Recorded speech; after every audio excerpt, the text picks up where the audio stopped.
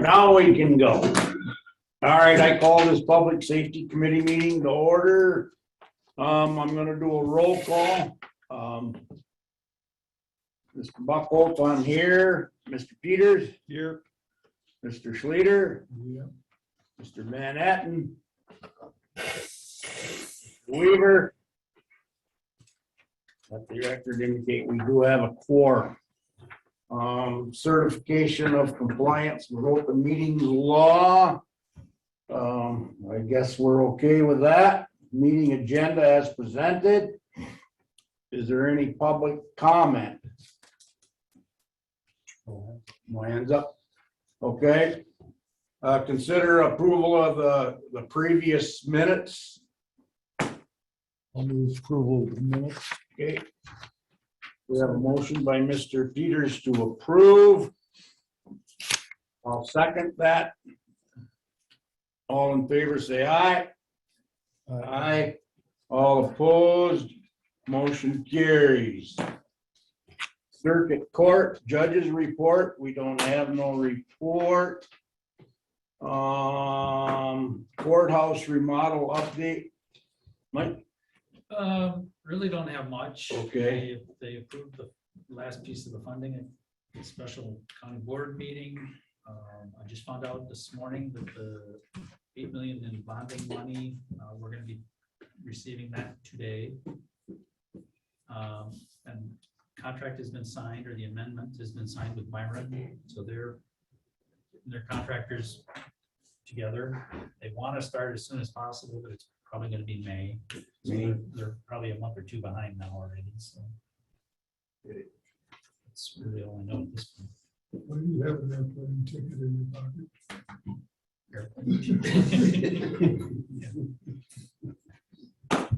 Okay, any questions for Mike?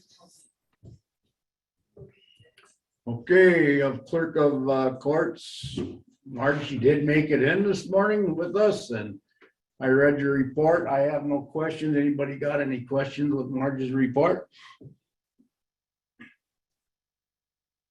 Done? Okay. Pretty easy. See Mark. Tell Mark we said hi. You bet. All right, district attorney is a no-show. Sheriff's Department report. I'll start off by mentioning that Sherry Shelton did retire at the end of March. She was Sawyer County's first animal control officer. She was in that position for over 34 years with committed service. She established, created, and enhanced many programs regarding the animal care and health, animal safety, and animal control in Sawyer County. She was very knowledgeable with the state laws and the county ordinance. The county had established an ordinance so that it benefited the Sawyer County Animal Control. She was also very helpful for law enforcement and others, even after hours. And all of her committed service and work that she did also really benefited all of our municipalities, because by state statute, that responsibility falls on chairmen and mayors. Mm-hmm. And so that was very beneficial for the municipal governing bodies. I did reach out and offered, a reception like we try to do with our staff, with cake and coffee, acknowledging her committed years of service and how we appreciate what she did do for Sawyer County, but she did decline. But she definitely deserves the recognition for what she did do for all of us. So with that, we sure wish Sherry a happy and lengthy retirement. Yep, I agree with you, Sheriff. She, I dealt with her through my township, and different things, and even with the county, and she did an excellent job for us, and I hope she enjoys her retirement. She's gonna be missed. Yes. And she has even helped us after retirement. We have, until her position is posted and until that position is fulfilled, we are working with HR here to try to make sure those needs are met at the pound, and the chief and I will continue to do what we have to do to make sure animal control is taken care of. Go ahead, Mr. Steve. Yeah, this is more for the record because I agree with everything Doug said, even though I've only worked with her for a short while. She was tenacious. If you asked her a question, you were going to get an answer. And it took her a few days to find out what it was. The part that is a little uncomfortable is, since this is the duty of the townships and mayor, given our budget situation, is this a position we should?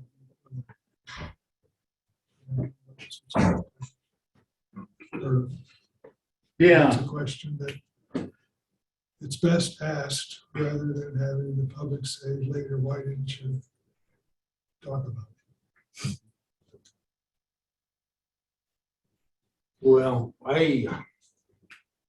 being as a town board chair also, I want to run around chasing dogs. You know, I've done that because we couldn't get a hold of Sherry at one time, but I believe it's something this county still needs.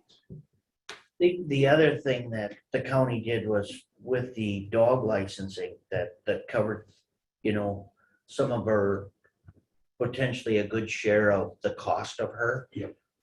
services, to give that. The other thing that's nice about having it at the county level is, with so many jurisdictions within the county, there's a lot of overlap. Those dogs can travel far. And then when it goes from town to town, which happens often, Yes. there's consistency in the follow-up and enforcement additionally. And that's what's been very advantageous, as well as a facility. I mean, it's still, and the other thing is some of the concerns with the dogs they're dealing with, and more so the owners of the dog. Yeah. It gets to the point, a lot of our other governing body employees and representatives, it puts a lot on their plate. And, there's safety factors involved with that as well. So like Sherry's salary and stuff, or the, animal control, that comes out of your budget, right? Not out of mine, no. Where's it come from? There's a separate budget for the dog pound. Oh, It's okay. within the general fund, but there's a separate budget. I would like okay. to also mention, I think you're gonna see it in today's paper, but if it's not today, it'll be next week. There is a recruitment for refilling this position, but there's a change in position. It's being combined with some new positions that are being created. So it's gonna be a 50% dog pound position. It's 25% a zoning law enforcement officer. Oh, And okay. 25% public health. Nuisance ordinance. Yeah. Correct. Oh, that's interesting, very interesting. So I think it's gonna be in this week's paper. Oh, okay. Because Because I know, and being the chair of the zoning committee, that's been talked about for a long time. And then finally, well, maybe it's gonna happen. I'm glad you told me that. I'm glad to hear that, so. Well, Go ahead, Dan. I guess my comment with regard to whether or not this should be a county position is that I think should we say the umbrella of having that administration consistent across the county,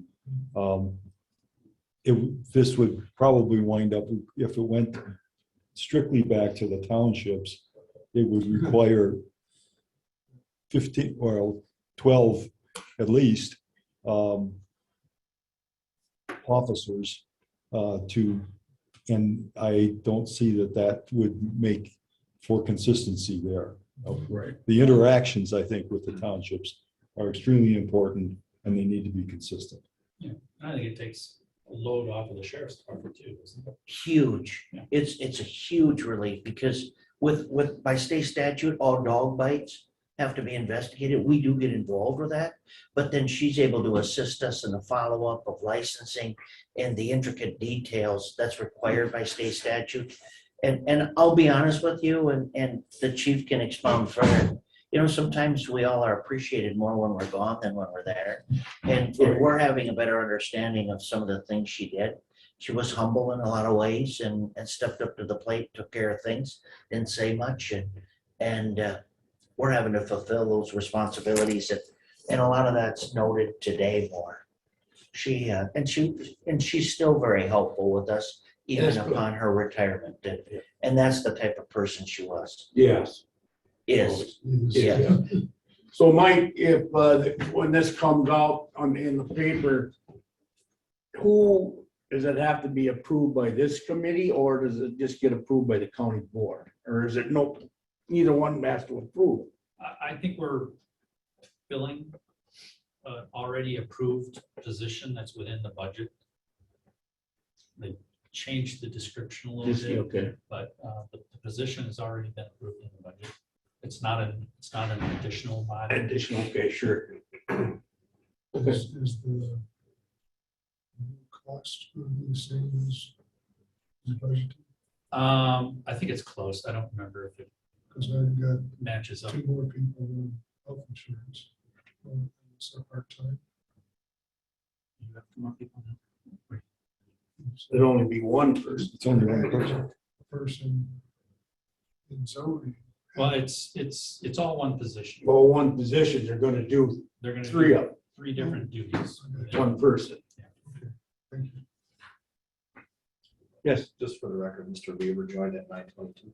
okay. All right. Any more questions for the sheriff?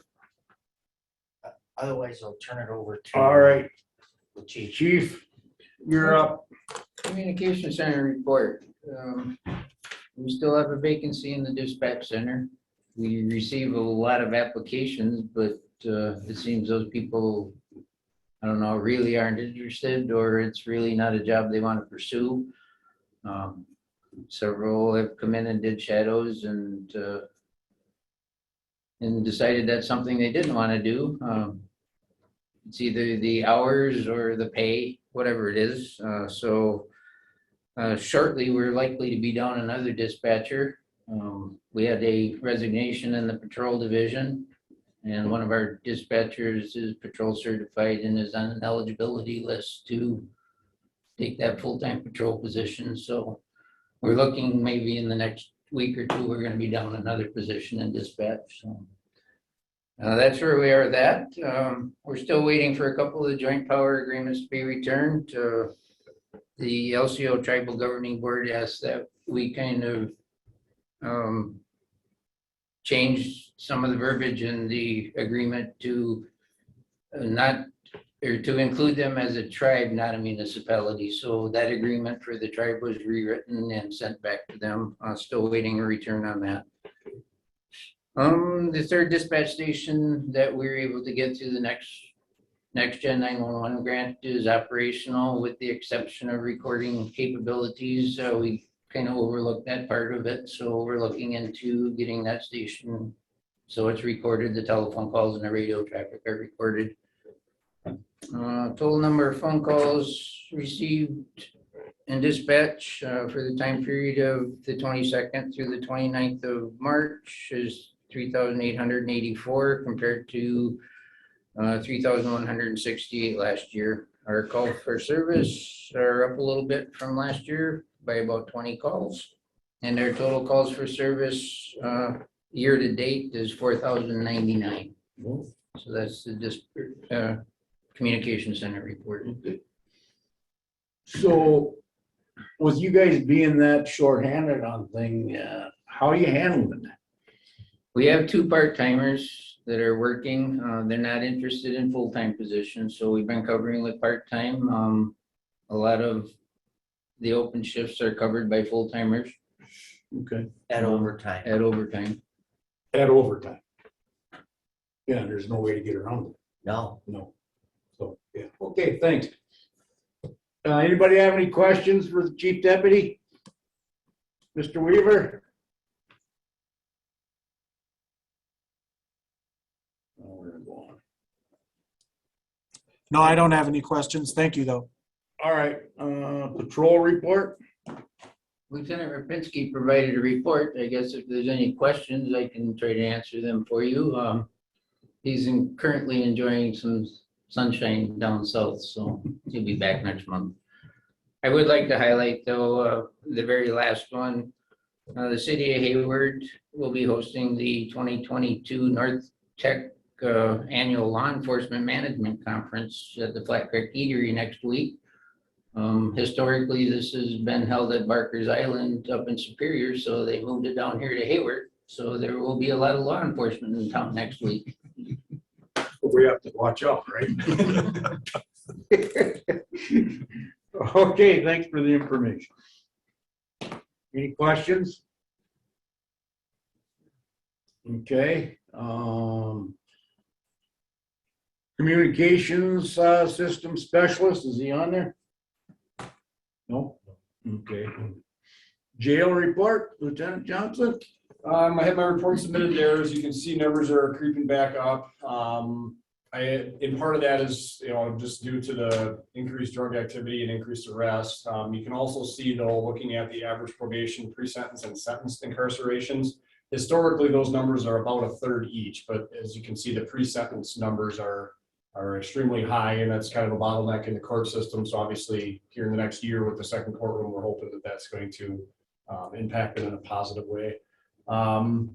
With numbers rising and staffing issues, the date of this report, at the end of March, we had 16 in Barron. We actually have 22 down in Barron as of today. That's due to bed space. We're still bursting at the seams in-house. As far as full-time employees, we had our newest full-timer start and is going through the training process. Our schedule relies on part-timers, so we're not paying overtime all the time.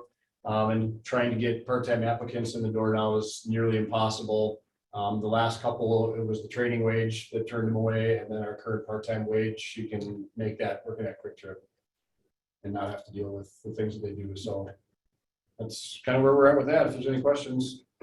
Anybody have any questions for Lieutenant Johnson? I guess these wages is, I don't know, there are a lot of people are putting the higher wages out there, but they're actually not getting the employees neither. I don't know, doesn't people need to work anymore or what? I guess I don't understand it. Everybody's looking for help. Some of the wages ain't that bad, but I don't know. I feel bad for you guys because your public safety and you're shorthanded. It puts a lot of toll on the rest of your guys. So you do what you can do and keep up the good work. That's all I can say. Okay, any questions for Lieutenant Johnson? Okay, animal control report. We don't have one, do we? I didn't see any. That would be the chief. He's been doing a good job.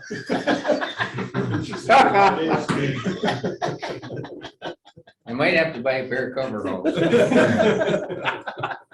You don't have any in the budget?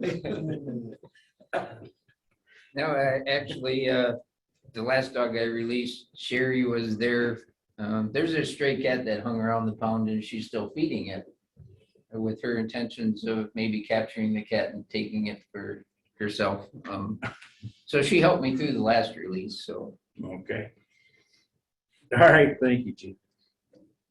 Child Support Department report. They sent us a report. Any questions with it? Okay. Coroner's report. Mr. Fremmel, you're up. So, yeah, we've been kind of busy this last 3 months. This is just a breakdown of the ages of what I've been investigating as far as deaths go. Most of them are natural. So I got a couple complicated ones. I did submit something to Tom Hoff to get sent down to the board. I see most of it got approved, so that's really nice. And the other thing is that when we're running into these decedents that we can't find family for, or the family are refusing, is starting to cost my office more and more. So I'm looking at getting Hayward Funeral Home and working with them to make sure that I'm not getting raked over the coals on these. And we still, if a family does come forward, them reimbursing the county on those costs. How many of those do we get where nobody wants to claim them? I've gotten 4 now this year.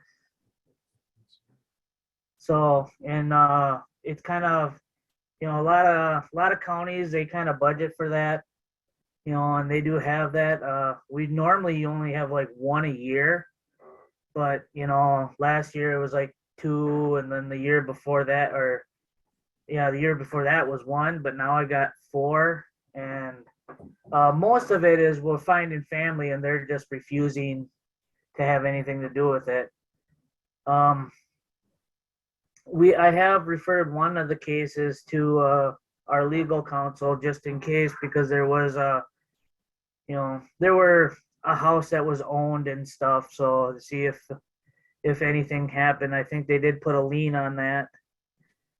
But other than that, most of the places aren't really worth putting anything on.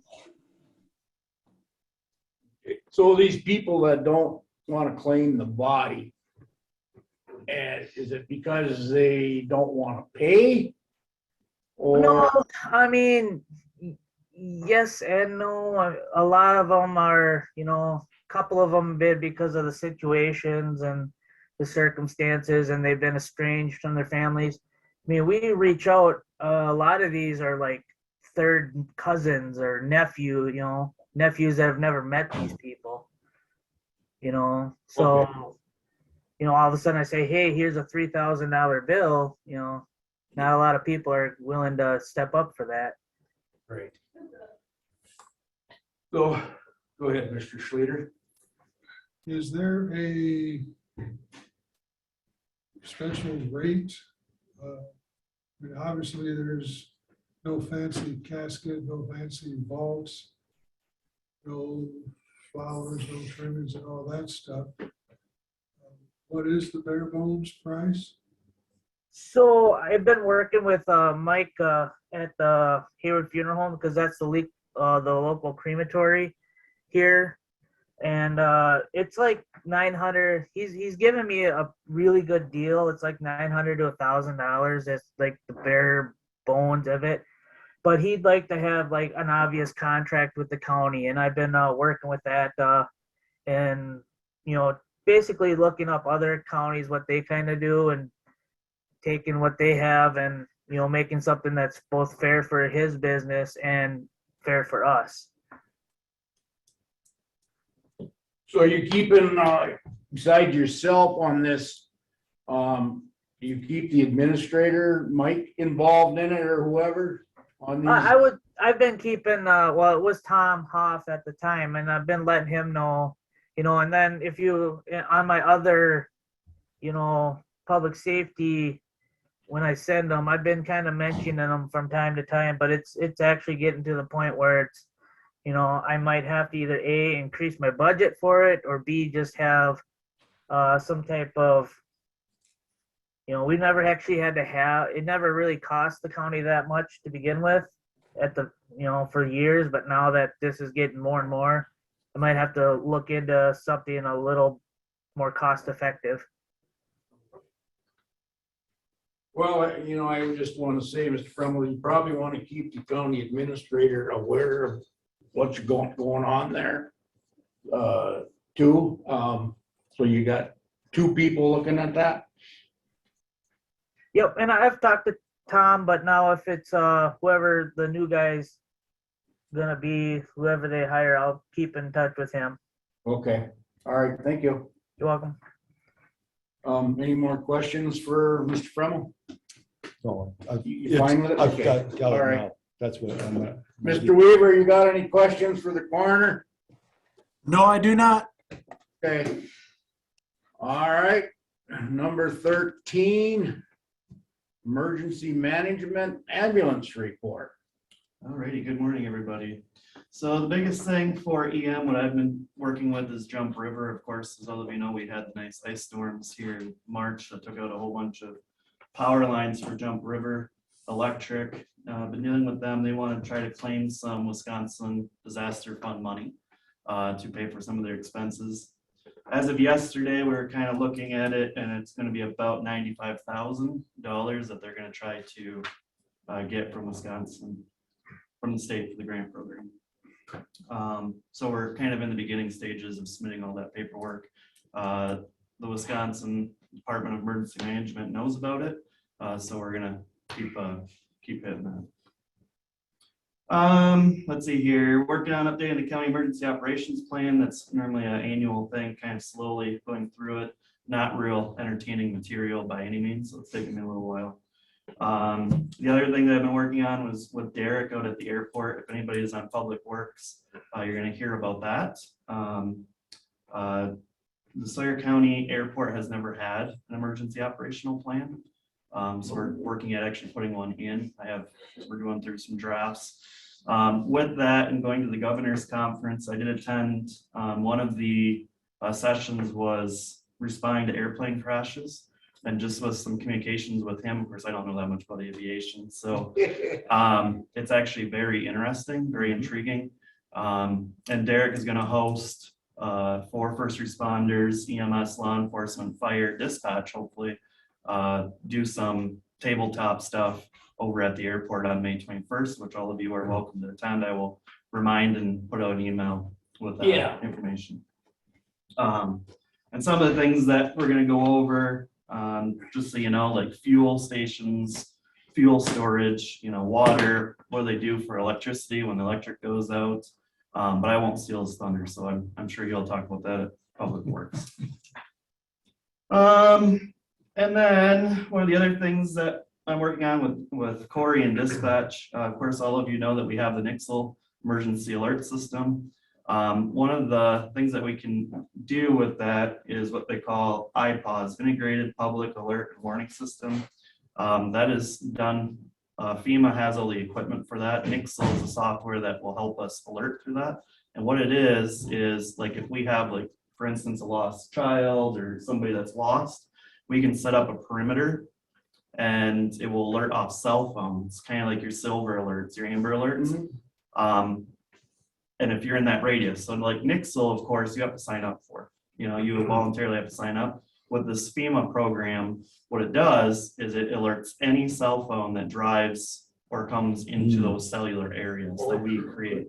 Now, of course, it's not 100% because you can shut that off manually in your phone, but it is another tool out there. So with that, we've got some FEMA training, about a 2-hour class that we get to go through online. And anybody that's going to be an originator. So right now, we're going to try to do that as a county. If we do have an issue where we need to run that notification system, the state will do it on our behalf as long as we call the EM office down there. So that's one of the other things. Of course, today I've got another meeting with Bayfield County on the Center County Trail group.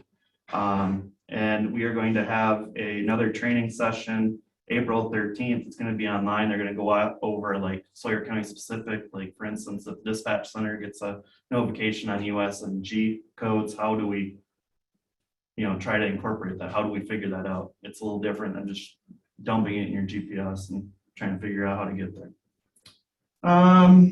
Let's see here. A couple of other things that has been kind of notified not to be the Debbie Downer with COVID going down. But we do have in the state, we do have an avian influenza A virus or bird flu. Last time the state saw this was in 2015. There's no person-to-person mutation of this. So if you work on a farm or you come in contact with a bird that has this, you can get it. It's treated just like influenza A, Tamiflu, but again, like influenza, you could cause serious illness or death. But we have our first case in Wisconsin. It was on March in Jefferson County. Here in Sawyer, maybe our numbers of bird population, like poultry, might be down. We don't have that many numbers like maybe Barron County does, but they do have to eradicate the whole flock. So with that, of course, you're gonna see bird prices, meat is gonna go up. And then the other one is African swine fever. This one is not human, you can't come in contact with it, but what it does, and it's not in the US yet, they're watching it. It is in Haiti and Dominican Republic are the two big ones right now that are watching it. It's in Europe too, but what happens is it's a lethal virus for pigs, for swine, both feral and domestic. And if a farm gets this in contact, it takes out the whole herd. They will come in and eradicate. So again, we don't have a huge swine population here in Sawyer County, but again, the effects could happen for your pricing. So those are two things that the state WEM office is keeping an eye on. We've had a couple of meetings on that. So yeah. Moving on to EMS, ambulance billing updates. So as of January 17th, we switched to, as you all know, to LifeQuest billing. LifeQuest is still in the integration process of this. We have sent 406 EMS charts to them. The last thing that we have to deal with, it's not Medicare, it's not the bank accounts or anything else. It's just to make sure that when they get the report from us, that it goes into their billing software. It's different billing software. And from what I've been told, that's the last thing to be tested. I was told yesterday they haven't done it yet, so hopefully I get some more follow-up from them. So about 406 charts in there. We do have 4 full-time positions. It's been the same. I'm not going to harp on wages and whatever else, but just so you know, we do have 4 full-time. Other than that, that's all I have, unless you have any questions. Okay, anybody have any questions for Mr. Dunstan? I guess no questions, but I did hear a report on the way in this morning, and that the one farm just outside of Palmyra, Wisconsin, they had to eliminate 2 million birds.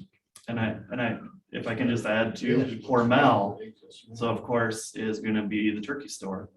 They do have one in their flock, but not in Wisconsin, in the Minnesota side. So it's coming around again. Yeah, wow. And I do have an acquaintance that several years ago did have this H1N1, and it was very, very, very, very hard on a young person. Okay. Go ahead, Mr. Schleter. How's your budget? Well, we don't have any revenue. Right. Yeah. We're like I said, we're very hopeful that that's going to change. I'm just waiting for them to start billing. And I don't think on the expense side, I don't think there's anything unusual. No, not at all. And last year's, that's all calculated now. Other than Well. how much did it actually cost? What I'm interested in is how much did it actually cost Sawyer County? That's a good question. Off the top of my head, I'd be guessing. I'll let him run it for you. I know we got pretty close, don't we? I think so. Speculate. I'm not saying we have to have a profit, but Right. we're close to breaking even. And that's why I think we're extremely excited. I mean, internally, we're really excited about switching to this new company. I think it's going to be a lot better than what we had previous for the revenue. So, So revenues. You don't look excited. this is me excited. Mr. Weaver, you got any questions for Mr. Dunstan? No, I do not. Okay. Any more questions? All right, thank you, Nate. Criminal Justice Coordinating Council update. Mike? Well, I don't know if you guys, I've only been with one meeting. They had a meeting yesterday.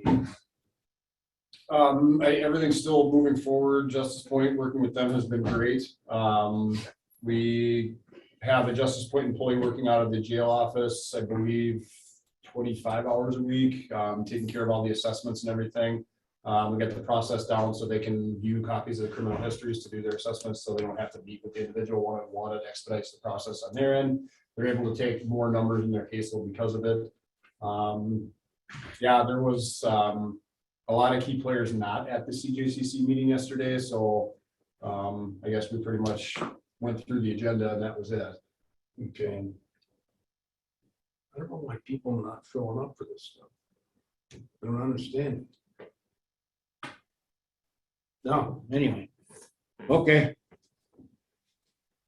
Any questions for Mr. Weaver? Nope. Okay. All right. Future agenda items? Anything you guys want to see go on there? Okay, correspondence, reports from conference and meetings, other matters for discussion only. I just want to bring up one thing on this. I'm wondering now, our meeting time for public safety is 9. Should we move it back to 8:30 or leave it at 9? I'd appreciate having it at 9 o'clock, Okay. especially through the winters. If that works out for everybody else, but if it needs to move to It's 8:30, that's fine with fine. me. What about you, Mr. Slater? But I remember it's fine. Well, that's the first time you forgot about it though, since I've been on here. So, all right, we'll leave it at 9. I mean, probably, I don't know if we're gonna have the same committee or we're gonna have Yeah. new ones or what, but, okay, leave it at 9. Did Jason chime in anytime? Jason, are you okay with the 9 o'clock start time? Yep, that works good for me too. Okay, all right. All right, we're gonna leave it at that then, so if there's nothing else, we're adjourned. Thank you, guys. Thanks, Sheriff's Department. Be safe, you guys. Thank you.